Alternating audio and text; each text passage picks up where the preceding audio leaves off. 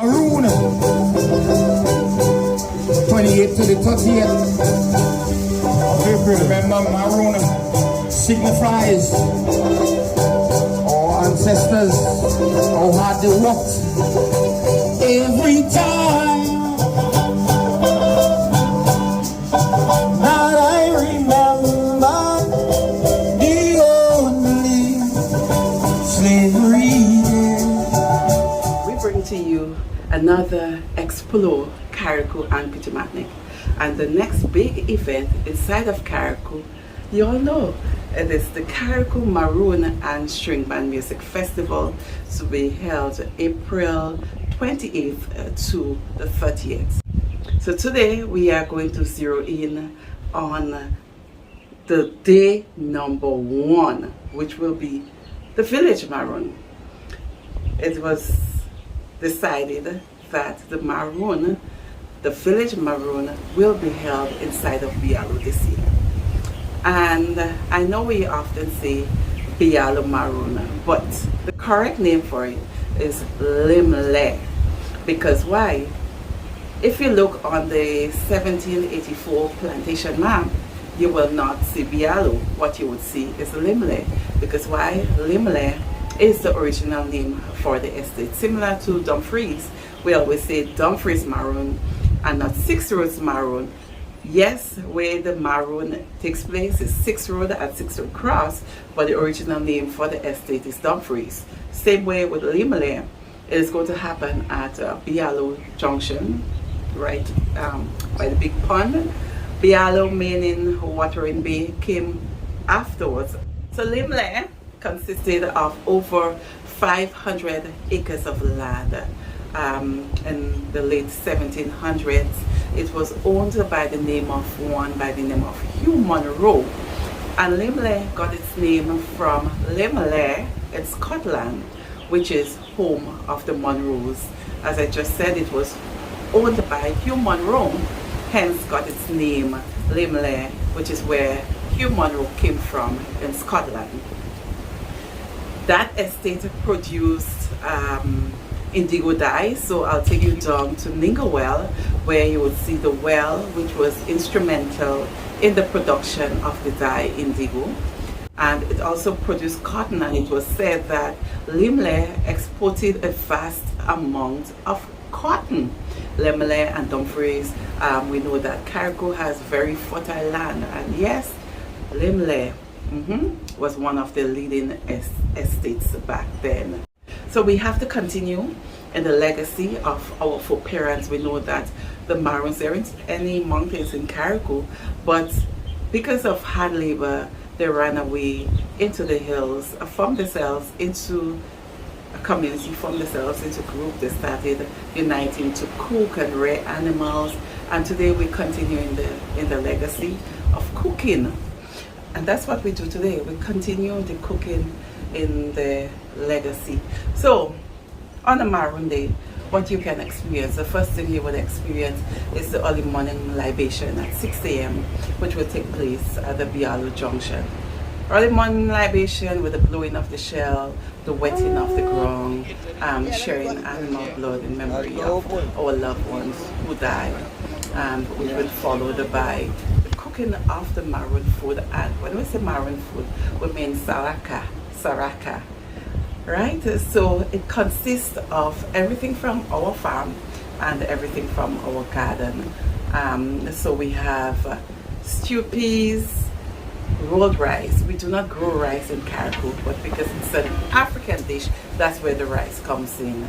Cornmeal cooked, which we refer to as cuckoo, provisions, and then we have beef from cow, we have pork from pig, mutton from sheep, and yardfall. We cannot live without the yardfall, or some people refer to it as chicken, right? So this is what the meal, as we say, saraka or smoked food, this is what it consists of, and this is what we'll cook on the day of the Maroon. So about 3-4 o'clock in the afternoon, everyone can come for the food. It's free food because we are remembering our loved ones, because they did things together, they cooked together, they shared together, fed everyone. So we're remembering them in the same way by cooking and sharing for free.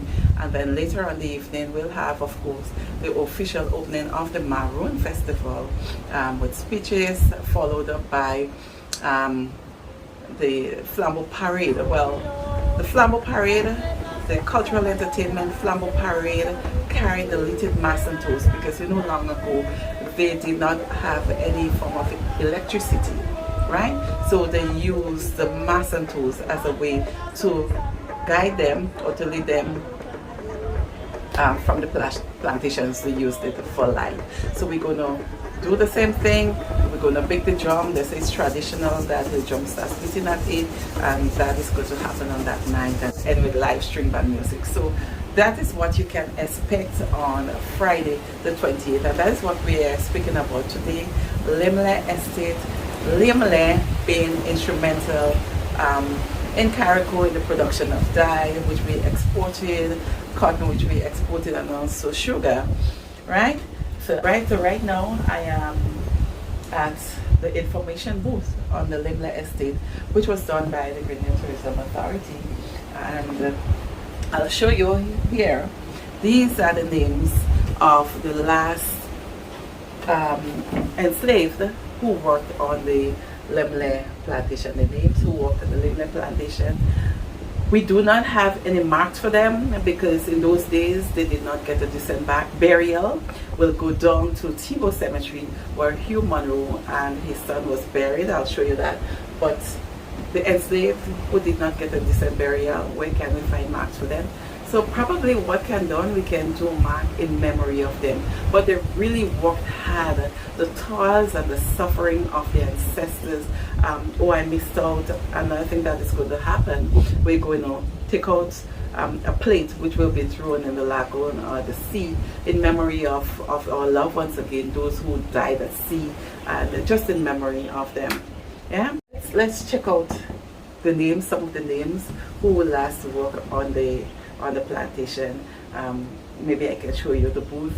I'll show you the work of the ancestors around the wall. I'll try to go as much around the wall. I would not be able to go around the building because it was a very huge building. The stonework is there. I was told that the top of it, probably it was a wooden top, so that top is gone, but the basement of it is there. We all know that all estates again had a cistern to it. That is where they get a water supply in Caribou.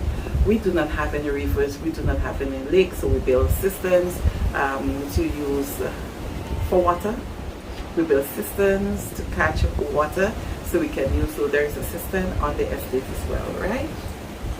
Let's check out the names of 4 parents who worked on the plantation. Yeah. Right, so these are the names of the enslaved who last worked on the Limlair plantation before the abolition of slavery. So these are some of the names.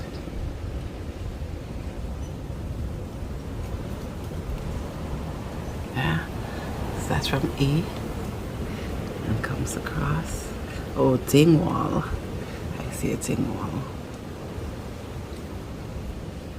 And some of that you'll see as surnames to date, right?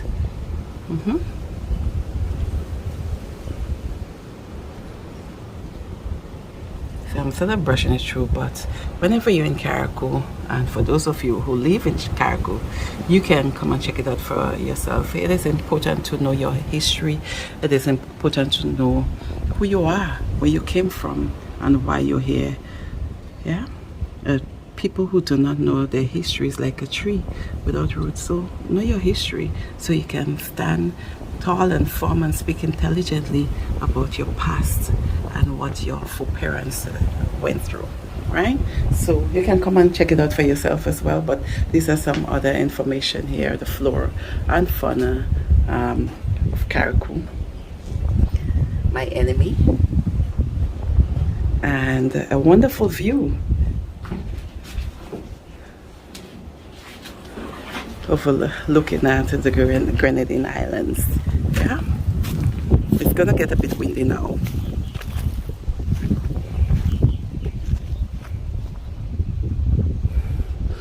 Of course, so high not in the distance.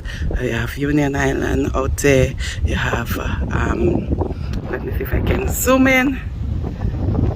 Maroon and Palm Island and Canawan, Tobago Cays, and then this direction would be Thibo Cemetery. So from here we're heading on over to Thibo Cemetery, and what happens there? That's where the former plantation owner, Hugh Monroe, that's where he's buried.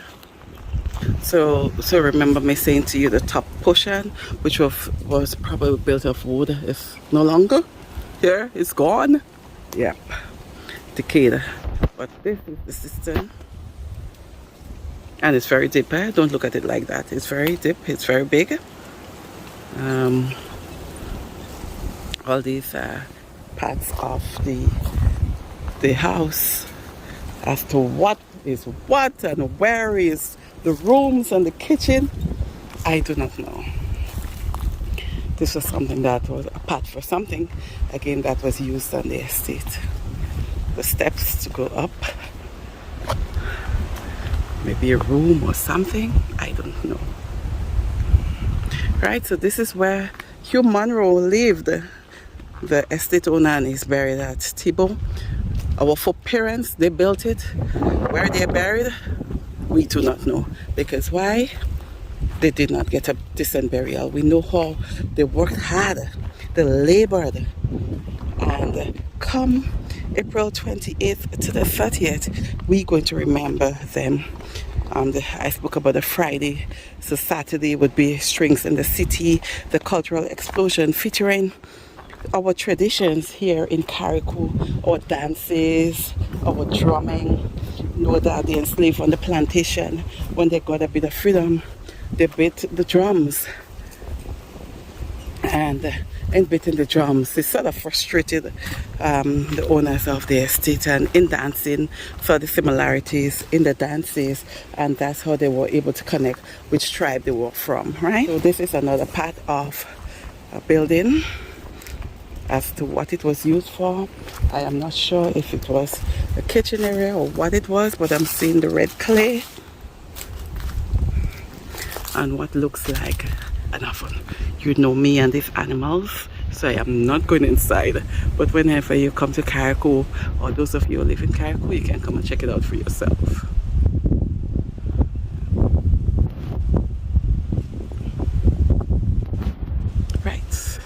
The crawling things, they are not my friends. So let's go back up and go around the building. Let's see the work of the enslaved. And as I said, they did not have any machinery. They built this by hand.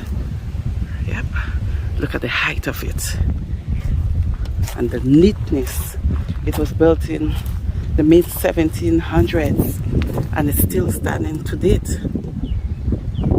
It still stands to date. The work of our foreparents, and that's why we have to continue living in their legacy. We should not ever forget who we are. We should never forget where we came from. Yeah, the work of the enslaved, and we're going to remember them. And the Limlair Maroon, the village Maroon, will be on the 28th, which is the Friday. And come everybody, let's join together and remember the ancestors. Let's remember our loved ones, the contribution that they made, right? So this goes all the way around and back out. But let's go up the steps. Up the steps.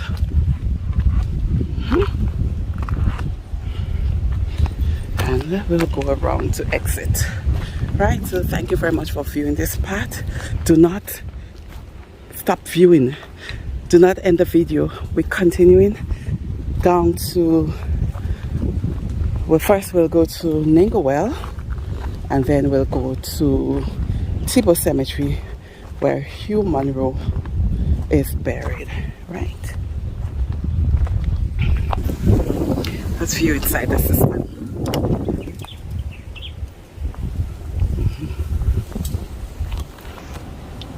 And you can also see the chronology of the Limlair estate in Carriacou from the 1740s right until 2019.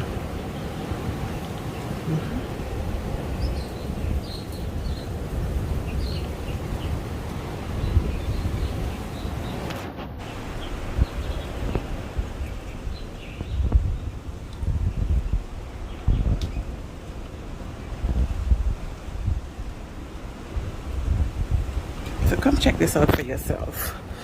Yep, gain some knowledge about your island.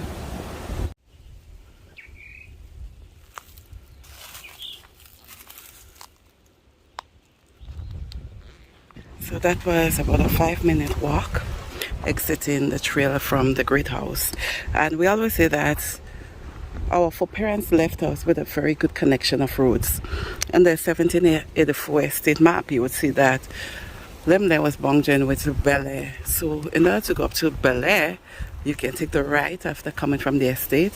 If you have an off-road vehicle, if you're walking, you go all the way up and then you will end up by what was the Piari camp and the Bel-Air sugar mill, which is the largest sugar mill on island. Right, so I drove down from where the Great House was, came to this junction. This road, it says a sugar mill, but we're still not sure if it was a mill or a bird tower. This one, this direction to the Lemley ruins, so that's where we're coming from. This direction to Ningo well, so we're going downhill. And if you're going back to town, if you can go that way, so that way takes you to Lemley farm. This way takes you to the sugar mill, the bird tower, whatever it was on that estate. And we're going down to Ningo well. So let's check out Ningo well. Yeah.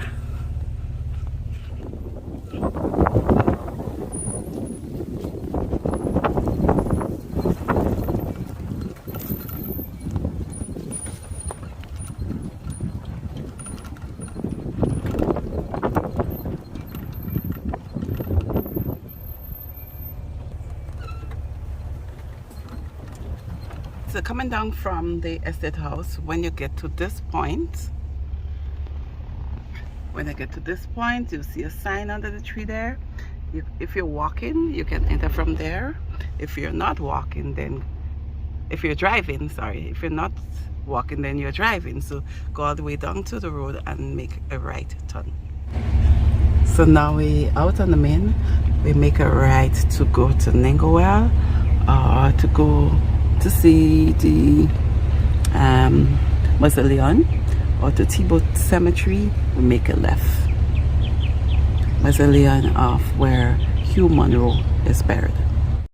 Of course, and as you know, we said that we produce dye, indigo dye in Carriacou as well. It was done on the Lemley estate. So here is the well that was used in the production of the dye indigo. Right, so this is the well. It is known as Ningo well. Ningo shortened form for indigo. And in the production of this dye, it released, so the water from the well, this is the largest well in Carriacou. The water from the well was used in the production of the dye. There were some fats inside the bushes there. They crumbled, but the well is still standing strong. If you look at the stones which was used to build the well, coral stones. How did the enslaved do that? I don't know. In those days they didn't have machinery like we do today.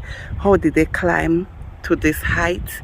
How was this done? The depth of the well, we do not know, but the enslaved, of course, they built this.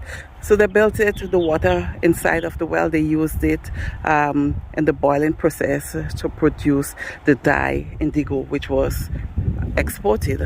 In the boiling process, it released poisonous fumes. So as a result of that, the enslaved, they did not live for long. this well now, it is used for agricultural purposes, for construction as well. The water from it used for that. As you see, this is the trough. Water is they pour there, and animal can come for drink. Yeah.